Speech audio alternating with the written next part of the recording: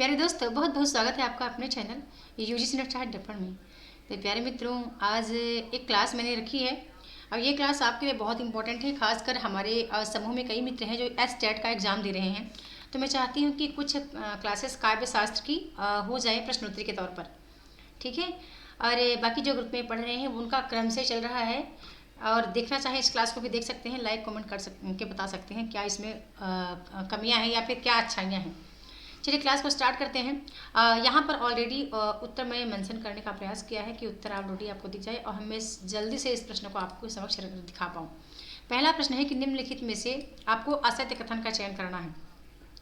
तो यहाँ पे ऑप्शन आप देख ही रहे हैं कि संस्कृत काव्य शास्त्र का प्रथम प्रबंध नाट्य ग्रंथ कौन है, तो वो नाट्य शास्त्र ही है जो कि भरत मुनि का है।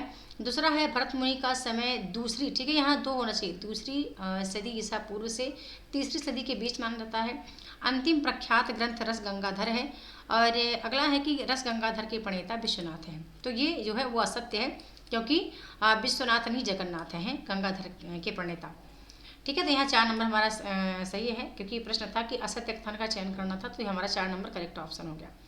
आगे फिर देखते हैं, अगला एक और प्रश्न आता है कि निम्न में से किस आचार्य ने अलंकार सिद्धांत को नहीं अपनाया।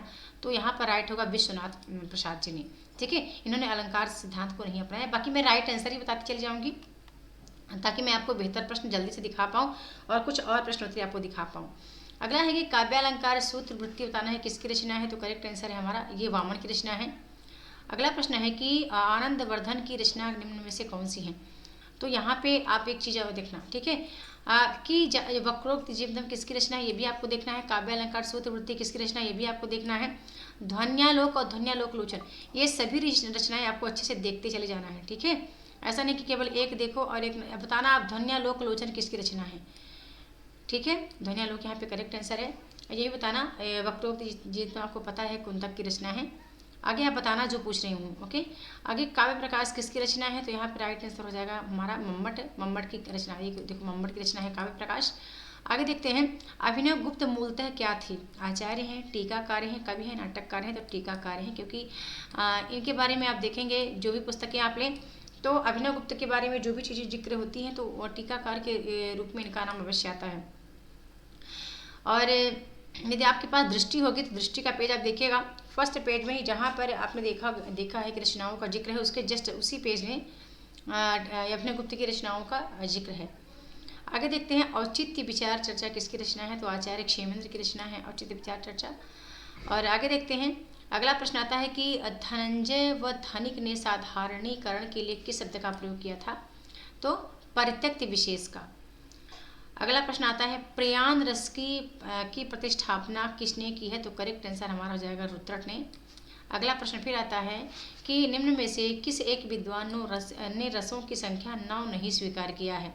तो करेक्ट आंसर हमारा निकल कर आता है रुद्रट ने रसों की संख्या 9 स्वीकार नहीं किया है। अगला प्रश्न आता है कि धीर ललित, धीर प्रशांत, धीरोदांत, धीरोत्थत आदि रसों की परिकल्पना किसने की। तो यहाँ पर हमारा करेक्ट आंसर होगा भोज ने। नेक्स्ट प्रश्न आता है कि वत्सल रस के शामिल, वात्सल्य है, ठीक है, वत्सल नहीं वात्सल्य होगा, वात्सल्य रस को शामिल कर कुल 10 रस मानने वाले विद्वान कौन है। तो हमारा करेक्ट आंसर यहाँ पे निकल कर आता है, ठीक है, यहाँ पर करेक्ट आंसर निकल कर आता है हमारा विश्वनाथ हैं, जो कि वात्सल्य रस को 10वां रस स्वीकार करते हैं और इसको स्वीकार करने के बाद ही 10 रस स्वीकार करते हैं। आगे एक और प्रश्न आता है कि भामह ने कुल कितने अलंकारों का निरूपण किया है। तो करेक्ट आंसर है 3, 37 अलंकारों का। अगला है, भरत मुनि ने कुल कितने अलंकार माने थे। तो करेक्ट आंसर है हमारा 4 अलंकार स्वीकार किए हैं। आप बताना उन 4 अलंकारों के नाम क्या हैं। अगला है कि विशिष्ट पद रचना रीति किस विद्वान की परिभाषा है। तो ये वामन की परिभाषा है, यहाँ पर हमारा 1 नंबर करेक्ट होना चाहिए, ठीक है, वामन की परिभाषा है। अगला है कि निम्न में से असत्य कथन का आपको चयन करना है कि वैदर्भी में सभी 10 गुण होते हैं, गौड़ी में 2 गुण होते हैं, पांचाली में 4 गुण होते हैं। तो पांचाली में 4 गुण ही होते, 2 गुण ही पांचाली में भी होते हैं। यहाँ 3 नंबर हमारा करेक्ट है। अगला प्रश्न फिर आता है कि निम्न में से आपको असंबंध का चयन करना है, ठीक है, कि वैदर्भी असमस्त पदा या समास रहता है, गौड़ीय उद्भट पदा या फिर समास बहुला है, पांचाली कोमल पदा है या फिर सभी यहाँ पर संबंध है। तो यहाँ पर हमारा करेक्ट आंसर निकल कर आता है सभी यहाँ पर संबंध है। आगे चलते, अच्छा ये आपके ये स्टेट के लिए बहुत इंपॉर्टेंट है, टीजीटी पीजीटी के लिए तो जैसे कि जिनमें काव्य शास्त्र आता है उनके लिए इंपॉर्टेंट है, बाकी नेट के अकॉर्डिंग ये इंपॉर्टेंट है, नेट सेट हो गया तो ठीक है। आगे प्रश्न बनता है कि निम्न में से आपको असत्य का चयन करना है। तो कुंतक को वक्रोक्ति सिद्धांत का प्रतिष्ठापक माना गया है, प्रतिष्ठापक आचार्य माना गया है। भामह व दंडी के ग्रंथों में कुंतक के पूर्व ही वक्रोक्ति के पर्याप्त स्रोत मिलते हैं। वामन, रुद्रट व आनंदवर्धन ने वक्रोक्ति को रस के रूप में स्वीकार किया है, तो यही करेक्ट हो, ठीक है।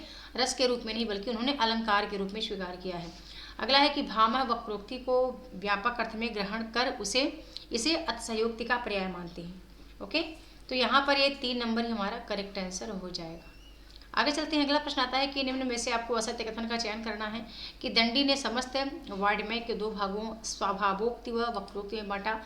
वामन ने वक्रोक्ति को एक अर्थालंकार मात्र माना है। रुद्रट ने वक्रोक्ति को एक शब्दालंकार मात्र स्वीकार किया, या फिर यहाँ पे सभी कथन सही है, तो सभी कथन हमारे सही है। अगला प्रश्न और आता है, औचित्य सिद्धांत के प्रवर्तक कौन है? तो आचार्य क्षेमेंद्र औचित्य सिद्धांत के प्रवर्तक हैं। आनंदवर्धन ने ध्वनि के कितने प्रकार माने हैं? वस्तु ध्वनि, अलंकार ध्वनि, रस ध्वनि। 3 या फिर 4, 5 है, तो यहाँ पे हमारा 1 नंबर ही करेक्ट है। 3 माने हैं, जिनमें से वस्तु ध्वनि, अलंकार ध्वनि और रस ध्वनि आती है। अगला है कि आचार्य कुंतक के अनुसार वक्रोक्ति के कितने भेद स्वीकार किए गए हैं? 3, 4, 5 या 6, तो 4 स्वीकार किए गए। नेक्स्ट आता है, ठीक है, आप बताना श्लेष वक्रोक्ति और काक वक्रोक्ति किसने माना है? किस आचार्य ने 2 माने हैं वक्रोक्ति के प्रकार श्लेष वक्रोक्ति और काक वक्रोक्ति, जो कि आपके पेपर में आया हुआ है। आप मुझे कमेंट करके बताना। अगला है कि हृदय दर्पण नामक ग्रंथ की रचना किसने की है? भट्टनायक या फिर, ठीक है, भट्टनायक नहीं। अच्छा, इनका आपको जन्मक्रम अच्छे से आपको याद रखना है, ठीक है। इन सभी का आपको जन्मक्रम बंधु अच्छे से याद रखना चाहिए। अगला प्रश्न आता है कि आचार्य रुद्रट ने शांत रस का अस्थायी भाव किसे स्वीकार किया है? तो करेक्ट है सम्यक ज्ञान को। अगला प्रश्न फिर एक आता है, ठीक है, ठीक है। इसके आगे चलते हैं, एक और पीडीएफ के साथ हम मिलते हैं, और तो आप थोड़ा सा बने रहना यहीं पे। ओके, आगे, अच्छा, आज हमारा द्विवेदी का टेस्ट है, ठीक है, ये भी आप याद रखना, ये द्विवेदी होगी और हम इसी का टेस्ट करने वाले हैं। ठीक है, एक हमारा और हम पीडीएफ ओपन करते हैं और उसके भी हम कुछ प्रश्नोत्तरी करते हैं इंपॉर्टेंट। ओके, मैं थोड़ा सा बड़ा कर देती हूँ फॉन्ट साइज, ताकि आपको अच्छे से दिख जाए भाई। हाँ, ये आ गया, ठीक है, ये हमारा, चलो ये हमारा प्रश्न आ गया और हम फिर स्टार्ट करते हैं, ठीक है। प्रश्न है कि शब्दार्थों सहितो काव्यम। आप इसको ध्यान से देखो, ठीक है, आप ध्यान से देखो, प्रश्नों को देखो और उत्तर का मिलान करो। यहाँ मैंने करेक्ट उत्तर लेने का प्रयास इसलिए किया है ताकि हम जब ग्रुप में करें टेस्ट तो वहाँ पे उत्तर मेंशन नहीं होगा ऐसे, ठीक है, उत्तर मेंशन नहीं होगा, क्योंकि वहाँ तो केवल प्रश्न मेंशन होगा, ताकि आपको कुछ चीज़ें याद रहें। शब्दार्थों सहितो काव्यम की संज्ञा दी है भामह ने। अब रुद्रट, मम्मट और विश्वनाथ की आपको परिभाषा याद रखनी है, ठीक है, काव्य शास्त्र के संबंध में, और इसके बाद काव्य गुण या काव्य दोष के संबंध में भी परिभाषा आपको याद रखनी है, या फिर काव्य प्रयोजन के बारे में भी परिभाषा आती है। प्रतिभा के 2 भेद सहजा और उत्पद्या किसने माने हैं? तो करेक्ट है रुद्रट ने। अगला प्रश्न और आता है, भारतीय काव्य शास्त्र में भावक से अभिप्राय क्या है? अभिव्यक्ति से, सहृदय या आलोचक से। यदि आपने साधारणीकरण को पढ़ा है तो भावक आपको समझ में आता होगा, ठीक है, ब्रह्मानंद सरोवर से या फिर आत्मगात से। तो यहाँ पे होता है सहृदय या आलोचक से भावक का अर्थ काव्य शास्त्र में। ओके, अगला है कि ध्वन्यालोक की टीका ध्वन्यालोक लोचन किसने लिखी है? ठीक है, तो यहाँ पे करेक्ट होगा अभिनव गुप्त। अभी जो नेक्स्ट प्रश्न आया था वहाँ पर ध्वन्यालोक लोचन के बारे में पूछ रही थी कि ये बताना है कि ये किसकी रचना है। तो यहाँ पे आपको ऑलरेडी उत्तर मिल चुका है। अब आप चाहें तो उत्तर वहाँ बता सकते हैं, आप कमेंट में लिख सकते हैं। अगला, अभिनव गुप्त ने ध्वनि के कितने भेद स्वीकार किए हैं? तो 35 ध्वनि स्वीकार किए हैं। अगला है कि वाक्यम रसात्मक काव्यम कथन किसका है? तो सभी जानते हैं, यहाँ करेक्ट हो जाएगा विश्वनाथ की रचना परिभाषा और जगन्नाथ की परिभाषा दोनों ही देखना है, ठीक है। वाक्यम रसात्मक काव्यम और रसात्मक वाक्यम काव्यम, एक ये भी आप देख लेना, तो बताना मुझे रसात्मक वाक्यम काव्यम किसकी है परिभाषा। नेक्स्ट आता है कि हिंदी वक्रोक्ति जीवित की भूमिका किसने लिखी है? तो डॉक्टर नगेंद्र ने हिंदी वक्रोक्ति जीवन की भूमिका लिखी है। अगला प्रश्न आता है कि रस निरूपण के प्रथम व्याख्याता और रस निरूपण का प्रथम ग्रंथ किसे माना गया है।